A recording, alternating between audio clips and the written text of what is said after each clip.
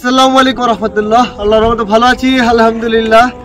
এই মুহূর্তে আছি জাবালে রহমা এবং এই রহমতের পাহাড়ের উপরে দাঁড়িয়ে আছি এবং এক সময় এটা হচ্ছে বলতে গেলে আরাফাতের ময়দান এবং এই আরাফাতের ময়দানে কিন্তু আমাদের যে আদম আলাইহিসসালাম এবং হাওয়া আলাইহিসসালাম যখন জান্নাত থেকে তাদেরকে পৃথিবীতে পাঠানো হয়, পৃথিবীতে পাঠানোর পরবর্তীতে একজনে ছিলেন শ্রীলঙ্কাতে, আরেকজন ছিলেন বলতে গেলে জেদ্দাতে, মা হাওয়া ছিলেন এবং সেখান থেকে আসলে দুজন আস্তে আস্তে কিন্তু এখানেই মিলিত হন এবং কি এখান থেকে বলতে গেলে আমাদের শুরু, আবার এখানেই কিন্তু বলতে গেলে আমাদের শেষ হবে। যেমনটা হচ্ছে এখানে কিন্তু আমাদের হাসরের ময়দানে দিন আমাদেরকে বিচার হবে এবং আমরা কেউ জান্নাতে যাব, কেউ জাহান্নামে যাব।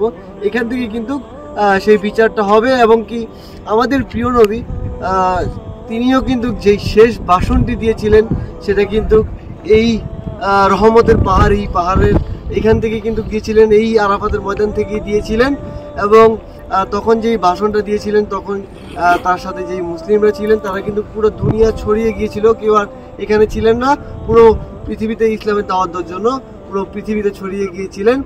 আর এই মুহূর্তে আমার সাথে আছে আমার ভাই জাস্তো ভাই। আসলে ভাইকে অসংখ্য ধন্যবাদ, ভাই আমাকে এখানে নিয়ে আসছেন। আর সবচেয়ে বড় যে বিষয়টা, আমি নিজেকে ভাগ্যবান মনে করতেছি, হাঁটতে হাঁটতে বাংলাদেশ থেকে সৌদি আরব আসলাম এবং কি এমন একটা জায়গাতে আসলাম যেখান থেকে আসলে আমাদের শুরু, সেখান থেকে বলতে গেলে আমাদের শেষ। এবং এই যে পাতা এগুলো যে হাত দিয়ে ছুঁয়ে দেখতে পাচ্ছি, এখানে যে পাড়া দিয়েছি, এখান থেকে আসতে পারলাম। একদিন হাসরের ময়দানের দিন, শেষ দিনেও কিন্তু আমাদেরকে এখানে আসতে হবে। তো তার আগে যে এখানে আরো একবার উপস্থিত হতে পারলাম, এর জন্য আসলে আলহামদুলিল্লাহ আলহামদুলিল্লাহ আলহামদুলিল্লাহ।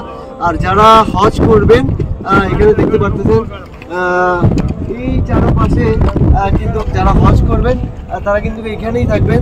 আর হজ কিন্তু এখানেই করানো হয়, মূলত এখানেই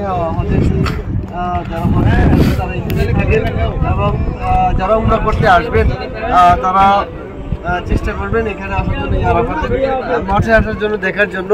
আর যারা হজ করতে আসবেন তাদেরকে এমনিতেই নিয়ে আসা হবে, তারা এখানেই থাকবেন, এখানেই হজ করানো হয়। আর এখানে আসার পর অনেকে দেখা যায় এখানে নামাজ পড়েন, এখানে নামাজ পড়া যাবে না। তারপরে অনেকে দেখা যাচ্ছে এখানে আর কি আছে, তারপর অনেকে পাথরের মধ্যে চুমু দেন, এগুলো কিন্তু শিরক।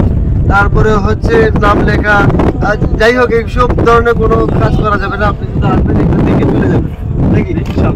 তো এর বাইরে কিছু না করাই ঠিক, এর বাইরে কিছু করবেন না, যেটা ইসলামে নেই সেটা করবেন না এবং যেটা ইসলামে আছে সেটাই করুন।